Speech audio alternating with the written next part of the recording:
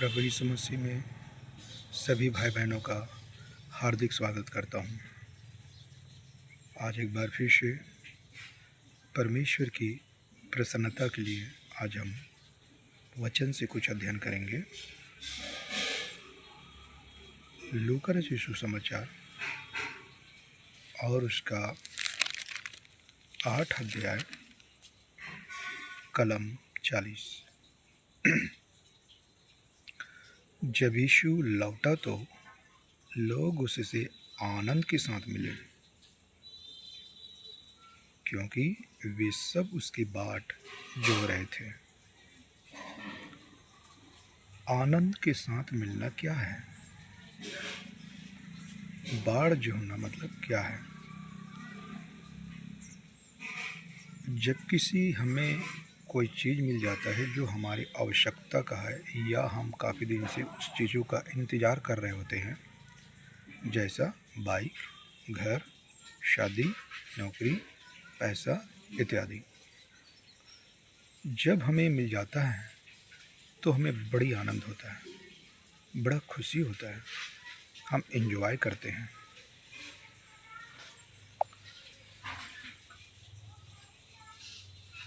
ठीक उसी प्रकार यदि हमारे घर में कोई मेहमान आ रहा हो और हम उनकी बाट जोह रहा हो, लेकिन उसमें थोड़ा सा देर हो जाता है तो कई बार हम बेचैन हो जाते हैं। लेकिन जब वो मेहमान जब आ जाता है और उनके हम बाट जोह रहे होते हैं तो हमें बड़ी खुशी होता है, आनंद होता है।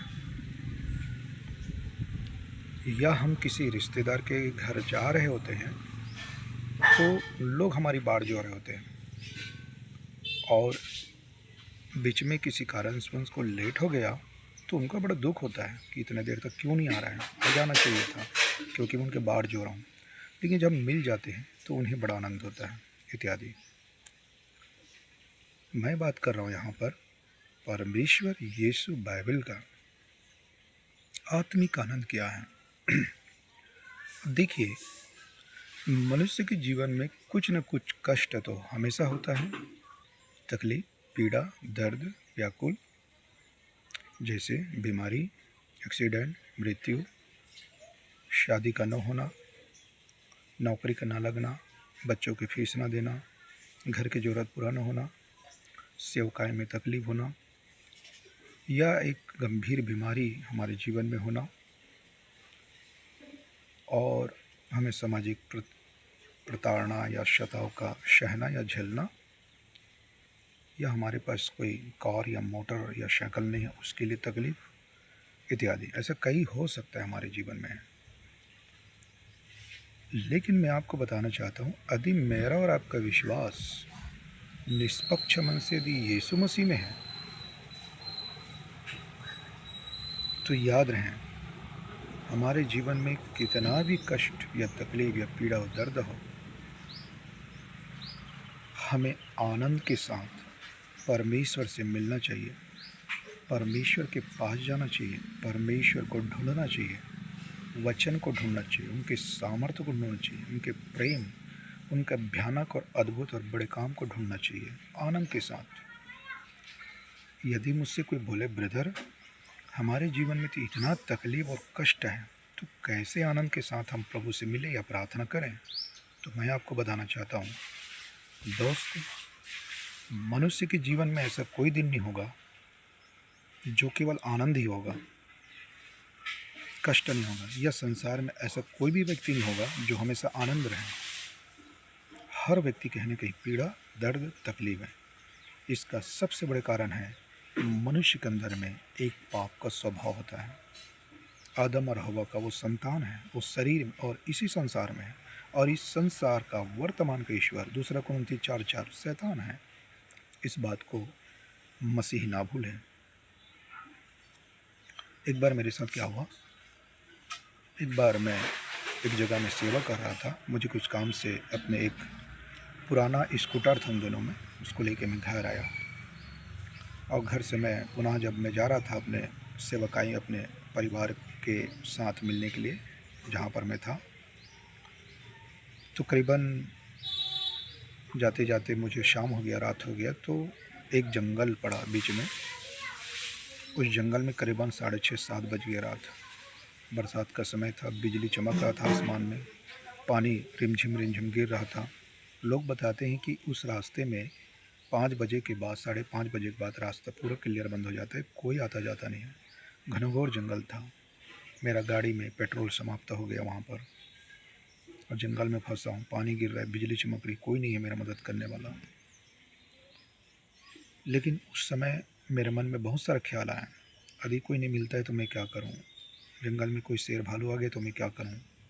कैसे जाऊँगा वहाँ तक? कोई नहीं आगे पीछे। ऐसा मेरे मन में चल रहा था। एक तरफ मेरे शरीर में, मेरे मन में, संसार की दृष्टि में डर का भाव था, क्या होगा क्या नहीं होगा। दूसरी तरफ मैं परमेश्वर में, आत्मा में प्रार्थना कर रहा था। तब मेरे जीवन में कुछ अचानक ऐसे घटना हुआ। अचानक रोड बनाने वाले एक टिप्पर आ रहा था, एक ट्रक टिप्पर जिसको बोलते हैं डंपर, वो आ रहा था। उसमें 4-5 भाई लोग थे। मेरे स्थिति को देख के समझ गए कि ये भाई जो है बहुत परिस्थिति में है। मैंने हाथ मारा, रोका और मुझे बैठा के लाया। तो परमेश्वर का तो मैं धन्यवाद करता हूँ उन घटना के लिए, उस जगह में जो मुझे इस्तेमाल किया, आशीष दिया, और भाई लोगों को भी इस्तेमाल किया। तो मैं उस ट्रक वाले भाई लोगों का मैं धन्यवाद करता हूँ कि प्रभु उनको ब्लेस करे। और मैं खुशी खुशी आनंद के साथ मैं अपने परिवार से मिल गया। तो कष्ट तो है, लेकिन उस कष्ट में भी हम आनंद के साथ यीशु से मिले। प्रार्थना, स्तुति, आराधना, वचन के साथ प्रभु से मिल सकते हैं। बाढ़ जो होना, परमेश्वर की बाढ़ जो होना, हो सकता है मेरे और आपका जीवन बहुत ही तकलीफ में गुजर रहा हो, गंभीर बीमारी हो, हाथ में बीमारी हो सकता है, पैर में तकलीफ हो सकता है, आँख में कोई ऐसा रोग बीमारी हो सकता है, कान में कोई तकलीफ हो सकता है, बाल का प्रॉब्लम, पेट का प्रॉब्लम, स्तन कैंसर, ब्रेन हेमरेज, पैरालाइज, लकवा, या पेट का प्रॉब्लम, या रीढ़ की हड्डी में तनाव, दर्द, मांसपेशी में तनाव, कुछ भी हो सकता है।